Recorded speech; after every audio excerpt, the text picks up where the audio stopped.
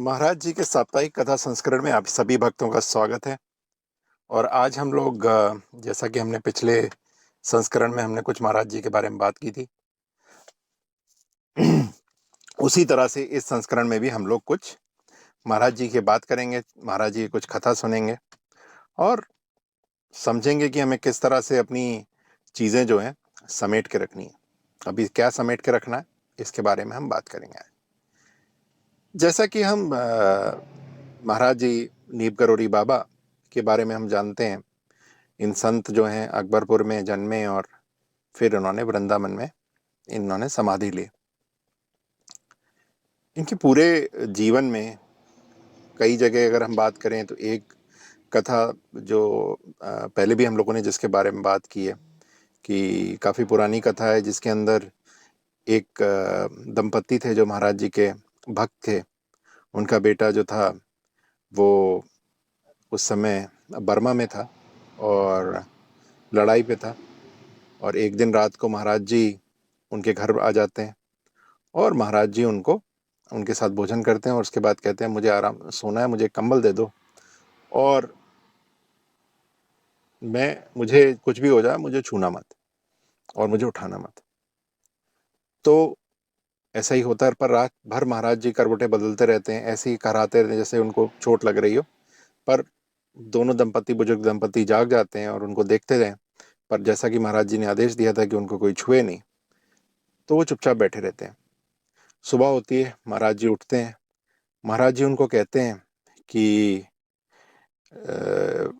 ये कंबल जो उन्होंने ओढ़ा हुआ था वो उन्हें दे देते हैं और कहते हैं कि अब एक काम करना है, इस कंबल को खोल के मत देखना और किसी भी नदी में से प्रवाहित कर देना। और महाराज जी ये कह के वहां से चले जाते हैं। होता क्या है, थोड़ी देर बाद वो लोग जाते हैं किसी नदी में सिलाने, पर जब वो देखते हैं तो उनका कंबल थोड़ा ज्यादा भारी होता है। तो उन्हें ऐसा लगता है कि जैसे कि इसके अंदर कुछ पीतल की चीज है। और जैसा कि महाराज जी का आदेश था तो उन्होंने उस कंबल को नदी में प्रवाहित कर दिया। और जाते जाते महाराज जी ने कहा था तुम्हारा बेटा सुरक्षित है, बहुत जल्दी वापस आएगा। कुछ दिनों बाद उनका बेटा वापस आता है और बताता है कि एक रात की बात है जिस दिन जापानियों ने हमला कर दिया था और हमारा जो है सारा टाइम गोलीबारी होती है, बहुत सैनिक मारे गए, पर पता नहीं मुझे एक भी गोली नहीं लगी। और जैसा कि किसी ने मुझे किसी चीज में ढक रखा था। ये वही दिन था जिस दिन महाराज जी उनके घर आए थे। तो प्रतीक रूप में हमें समझना चाहिए कि महाराज जी ने एक अपने कंबल से वो सारी जापानियों की गोली उनके बेटे की तरफ नहीं आने दी और उनका बेटा सकुशल वापस आया। ऐसी अनेकों कथाएं हैं जहां पर महाराज जी ने अपने भक्तों की रक्षा की है, और परोक्ष और रूप से भी। कई बार ऐसा कई भक्तों ने बोला है कि जब वो बीमार थे, अति के बीमार थे, जब बचने की कोई उम्मीद नहीं थी, और किसी तरह महाराज जी उनके पास आ गए, महाराज जी ने उन्हें आशीर्वाद दिया और वो ठीक हो गए। तो इस ये सारी जो हमारी इतनी सारी कथाएं हैं हमें एक ही तरफ इशारा करती हैं कि महाराज जी जो थे वो निस्वार्थ सेवा करते थे अपने भक्तों की। सेल्फलेस, अगर हम लोग इंग्लिश में बात करेंगे तो जब भी हम महाराज जी ने किसी भक्त की मदद की या किसी भक्त को बचाया तो कभी उससे वापसी की कोई उम्मीद नहीं करी कि भाई ये मैंने आज इसको बचा लिया है तो इससे 2 रुपए मुझे वापस मिल जाए, अगर मैंने इसे कुछ बचा लिया है तो 4 रुपए मुझे वापस मिल जाए। इस तरह की कोई भी इच्छा जो है महाराज जी ने अपने भक्त की तरफ नहीं रखी। तो आज हम लोग बात करेंगे बिना किसी स्वार्थ के निस्वार्थ सेवा। आखिर निस्वार्थ सेवा होती क्या है? स्वार्थ सेवा तो हम सब जानते हैं। आज हमारा कोई काम बन नहीं रहा है तो हम जो है गरीबों को खाना भी खिला देंगे, अपने आसपास के लोगों से प्यार से भी बात कर लेंगे, भंडारे भी करा देंगे, और अपने जो काम वाले हैं उनसे भी बहुत अच्छी तरह बोलेंगे, उन्हें भी देंगे सामान। और जैसे ही हमारा चीज़ें ठीक होने लगती हैं हम उन्हें भूल जाते हैं कि भाड़ में जाओ। तो जब तक हमारा किसी चीज़ में स्वार्थ रहता है तब तक ही हम उस चीज़ को अपने पास रखते हैं। जिस दिन हमारा उस चीज़ से स्वार्थ खत्म हो जाता है हम उस चीज़ को त्याग देते हैं। और ये हम ज़्यादातर उन लोगों के साथ बहुत करते हैं जिन लोगों हमारे आसपास होते हैं। हमारे दोस्त, हमारे भाई, हमारे रिश्तेदार, जब तक उनसे मतलब रहता है तब तक तो हम उनसे दोस्ती रखते हैं। जिस दिन उनसे मतलब खत्म, तुम कौन और मैं कौन। एक चीज हमेशा याद रखिए, किसी भी पेड़ को बने रहने के लिए, उगते रहने के लिए और पूरा जीवन चलने के लिए उसकी जुड़ाव जो है जड़ों से होते हैं। आप पेड़ से तोड़ के फल हर साल खाते हैं तो आप उसे पानी भी देते हैं, सब चीज करते हैं, बट अगर वही पेड़ अगर बंजर हो जाता है तो हम उसे भूल जाते हैं। हमारे यहाँ इतनी गायें होती हैं, जब तक गौ माता दूध दे रही है तब तक तो ठीक है, जब वो दूध देना बंद कर देती है हम उन्हें घर से बाहर निकाल देते हैं, और घर से बाहर निकाल कर उन्हें जो कसाईयों को बेच देते हैं, और फिर गोहत्या होती है, और फिर हमारे पूरे देश में इस बात की चर्चा होती है कि गौ हत्या क्यों हो रही है, और ये दूसरी एक धर्म के ऊपर आक्षेप होता है ये लोग कर रहे हैं। तो हम में से कितने लोगों ने गौशाला में जाके चंदा दिया। अगर हम गौशाला को सुदृढ़ रूप से बनाएंगे तभी हमारी गाय जो अपने अंतिम पड़ाव में आ जाती हैं उनका जीवन जो है सही तरीके से समाप्त होगा। उनका जीवन किसी कसाई खाने में कट के समाप्त नहीं होगा। वो अपने जितना उनकी आयु भगवान ने निर्धारित करी उतनी वो आयु जिएंगी और उसके बाद परमात्मा के पास चली जाएंगी। तो स्वार्थ रहित सेवा, भंडारे कराने से, इन सब चीजों से कुछ नहीं होता है।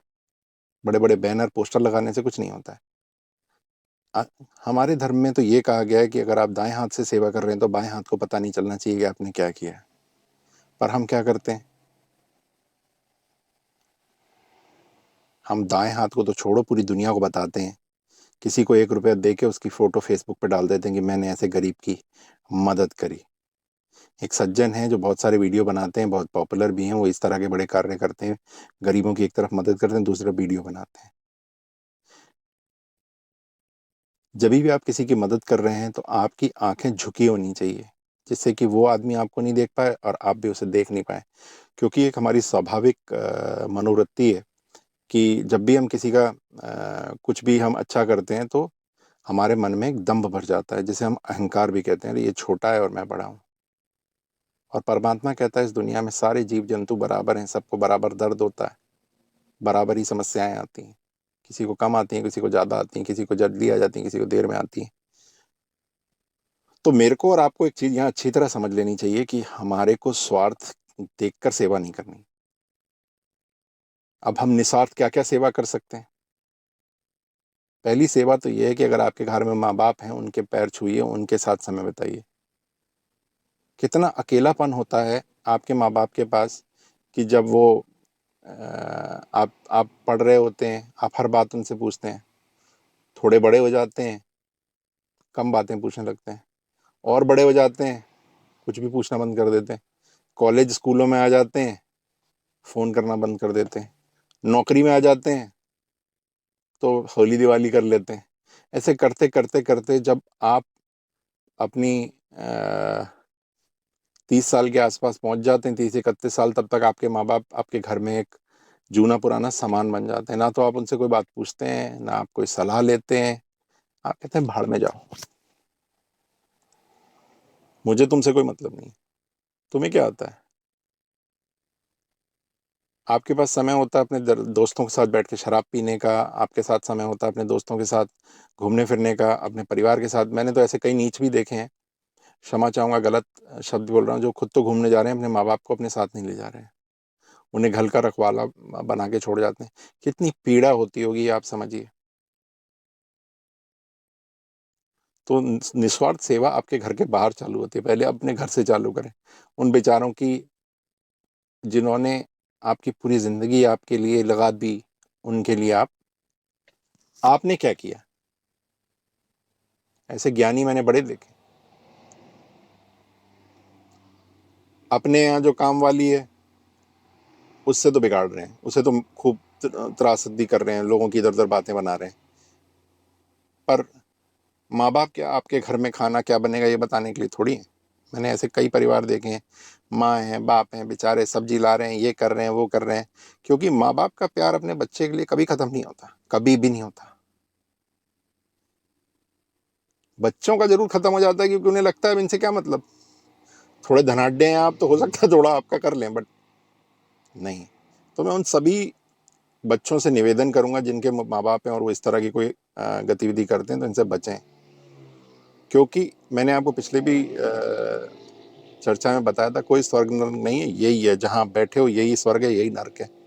अगर आपके माँ बाप ने अपनी खुशी खुशी अपनी देह का त्याग किया तो वो आपके ऊपर भी आएगा, आपको भी कभी कोई तकलीफ नहीं होगी। अगर वो रिड़ के गए, परेशान होकर गए तो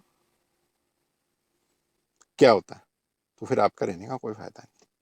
जब आप घर से बाहर निकलते हैं तो अगर आपको कोई भी ऐसी चीज लगती है जहां आप मदद कर सकते हैं, मदद किसी प्रकार भी हो सकती है, चाहे आप पौधे लगाइए, चाहे गरीबों की मदद करिए, कहीं गरीब बच्चों को पढ़ना लिखना सिखाइए, जो भी आप कर सकते हैं वो आप कीजिए। पर एक काम मत कीजिए, जो भी आप करिए वो चुपचाप कीजिए, ढंढोरा मत पीटिए। जिस आदमी ने मैं ढंढोरा पीट दिया, उसका वहीं जो अकाउंट है वो नील हो जाता है। मैंने कई लोगों को देखा है, आपने किसी दोस्त की मदद की है, अपने रिश्तेदारों की मदद की है, पैसे से मदद की है, तो एक दिन आप उनको जाके सुनाने लगते हैं, अबे तेरी जब दिक्कत थी तो मैंने तेरे को पैसे दिए थे साले। जो भी आप अपना औरता दिखाना चाहते हैं, और लोग होते हैं जो ऐसा करते हैं, और जो लोग ऐसा करते हैं वो पापी होते हैं, और उन्हें उसी आदमी से, जो आदमी जिसको उन्होंने मदद की होती है, और उनका दुश्मन हो जाता है, कहता है लो मेरी बेइज्जती कर दी। मदद जो होती है आज के ज़माने में, आज जिस हिसाब से पिछले 2 साल हम लोगों के गए हैं, हमें इस समय ना मॉरल सपोर्ट की, मानसिक उसकी ज़रूरत है। लोग अपने दोस्त यार रिश्तेदार भाई बहनों के साथ बैठें, बात करें, उनका ढांढस बंधाएं कि सब सही हो जाएगा। तो ये तो हमने बड़े इसको व्यापक रूप में बात की। अगर हम इससे बिल्कुल स्थल रूप में आ जाएंगे, स्थायी रूप में आ जाएंगे, या हम इसको और छोटे भाग में समझेंगे, तो 3 तरह की सेवा आप कर सकते हैं जिसे हम निस्वार्थ कर सकते हैं। एक तो भोजन की सेवा आप कर सकते हैं, गरीबों को खाना दीजिए, कुत्तों को रोटी दीजिए, जो भी बेजुबान हैं उनके लिए काम कीजिए। दूसरी जो है, जो भगवान की एक बनाई हुई काया है, चाहे वो विकलांग बच्चे हैं या किन्नर हैं, इनकी मदद कीजिए। मदद ऐसे कीजिए कि उनको लगे नहीं कि आप उनकी कोई मदद कर रहे हैं, चुपचाप कीजिए। इतने सारे ऑटिज्म के सेंटर चल रहे हैं जहाँ बच्चे अब समझ नहीं पाते हैं, वहाँ जाइए, वहाँ थोड़ा समय बिताइए और उन बच्चों की मदद कीजिए। ये सेवा अगर आप करेंगे तो मैं आपको लिख के दे रहा हूँ कि आपको परेशानी तो छू ही नहीं सकती। भगवान इतना अच्छा मानता है इसको। विकलांग जनों की सेवा कीजिए, विकलांगों के लिए चेयर दे दीजिए, पर उस चेयर पे अपना नाम मत लिखिए। आप हमारे यहाँ देखिए, एक आदमी ने अपने पूरा राज्य त्याग दिया सिर्फ अपने वचन के लिए। तो इसी तरह अगर आप किसी को दान देते हैं तो चुपचाप उसको दे दीजिए और बात वहीं खत्म हो जाती है। तो पहली सेवा हो गई भोजन की सेवा, दूसरी हो गई निशक्त जनों की, या फिर आपके जो भगवान की द्वारा बनाई गई एक किन्नर जाति है, जिनकी बड़ी तकलीफों में अपनी जिंदगी बिताते हैं लोग, उनकी मदद करने वाली, इनकी मदद कीजिए आप, बहुत मदद कीजिए। और तीसरी जो मदद है जो हमें करनी चाहिए, हमें जो ऐसे लोग हैं जो अपने पथ से भ्रमित हो गए, चाहे वो शराब के व्यसन के कारण बर्बाद हो गए, चोरी में आ गए हैं, पर अब वो नहीं करना चाहते, अब उन्होंने उस जीवन का परित्याग कर दिया है, उनकी मदद कीजिए जिससे कि वो वापस सही हो जाए। किसी खराब व्यक्ति को, दूषित मानसिकता के व्यक्ति को अगर हम सही बना पाए तो ये भी भगवान की बहुत बड़ी सेवा है। तो ये 3 सेवाओं का आप ध्यान रखिए। पहली सेवा हो गई भोजन की सेवा, दूसरी सेवा हो गई निशक्त जनों की सेवा, तीसरी सेवा हो गई उन लोगों की जो कि परेशानी में थे, कुछ गलत काम कर बैठे, पर अब उनकी मदद करनी, अब उन्हें किसी तरह पश्चाताप है। और ये तीनों सेवाएं ही आपको प्रभु या भगवान से मिलाएंगी, और कुछ नहीं मिलाएगा। और एक मैं बहुत लोगों का देखता हूँ जो कि समाज की जो हमारे आसपास के जो जगह हैं उन्हें साफ करना, उनकी नई चीज़ों की व्यवस्था करना। अगर जैसे कई लोगों ने आप देखेंगे कि जो हरिद्वार है या ऋषिकेश है, यहाँ कई लोगों ने जो माताएं बहनें हैं उनको स्नान के लिए स्नानागृह बना दिए, और धीरे धीरे इस तरह की भी सेवा। पर ये जो भी आप सेवा करें ये बिल्कुल एकांत में करें, किसी को बताएं नहीं है आपने पैसे दिए हैं। या अगर आप किसी बच्चे की फीस भर रहे हैं तो ये आप लोग ना दें, मतलब बताएं नहीं कि मैंने दी है। और मैं आप लोगों को एक और बात से सावधान करना चाहता हूँ। ऐसे बड़े सारे एनजीओ चला रखे हैं जो आपको बड़े हृदय विदारक वीडियो भेजते हैं कि भैया आप यहाँ दान कर दीजिए, और हम और आप सीधे साधे होकर वहाँ दान भी कर देते। तो मान के चलिए अगर आप 100 रुपया दान करते हैं तो ये संस्थाएं जो असल बच्चा है उस तक 10 रुपये ही पहुंचते हैं। क्योंकि अगर कोई भी संस्था इतना ज्यादा एडवर्टाइजिंग कर रही होगी तो उस एडवर्टाइजिंग की फीस भी आपके दान से ही लेंगे ये लोग, इनका ये व्यवसाय है। तो इन लोगों से दूर रहिए। अगर आपको किसी का बच्चे का वो उठाना है तो आप किसी भी स्कूल में जाकर चुपचाप कराइए। आप जाके पूछिए स्कूल में ऐसा कोई बच्चा है जो अपनी फीस नहीं भर पा रहा है, स्कूल का अकाउंट विभाग आपको बता देगा हाँ ऐसा है। चुपचाप उसकी फीस भर दीजिए और आ जाइए। मैं आपको सच बोल रहा हूँ, आपके बिगड़े काम बन जाएंगे। और महाराज जी की जो ये सबसे बड़ी खूबी थी, निस्वार्थ सेवा, इसको आप करते रहेंगे और आपका जीवन, आपके परिवार का जीवन आगे चलेगा। और अपने बूढ़े माँ बाप को ना कोई जूना पुराना सामान ना समझें। वो सामान है जिसके ऊपर, जैसा कि हम लोग जानते हैं कि ब्रास एक ऐसा चीज होती है जितना हम उस पर पॉलिश करते हैं उतना चमकता है। वैसे ही आपके माँ बाप हैं, आपके प्यार, आपके दुलार, आप आप उन्हें यथोचित सम्मान से वो उसी तरह चमकेंगे जितना जैसे सोना चमकता है। पर अगर आप उनसे प्यार नहीं करेंगे, आप उनसे बात नहीं करेंगे, आप उनको धृष्टता से उनसे दूर हटेंगे और बताने में भी शर्म आई मेरे पिताजी हैं, तो वही जो ब्रास का सामान है वो काला दिखेगा और आप कहेंगे तो जूना पुराना सामान है। तो आपके भावों का पॉलिश मांगते हैं आपके माता पिता। अगर आपने इतनी सी भी पॉलिश लगा दी उनके ऊपर तो इतना चमकेंगे, और उस चमक से आपका घर जो है पूरा रोशन हो जाएगा। उसके लिए आपको कोई ट्यूबलाइट बत्ती जलाने की जरूरत नहीं पड़ेगी। इसी के साथ मैं सभी श्रोताओं का बहुत बहुत धन्यवाद करता हूँ कि आप लोग जुड़े हुए हैं, और हम लोग और बात करेंगे इसी महाराज जी की कथाओं के बारे में। धन्यवाद।